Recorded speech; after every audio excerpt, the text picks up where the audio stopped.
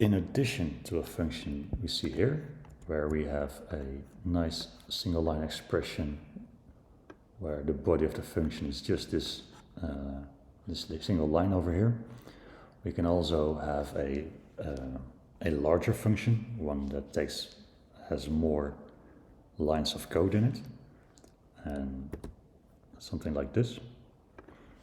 Here we have the same logic, but we have split it up in multiple lines where we have a fixed value of hello that we store in a variable.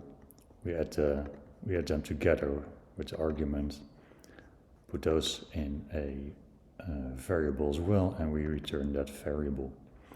When you work with multiple lines of code in a function like this, we see the brackets around it. So we get a little code block over here, and we end with a return keyword here.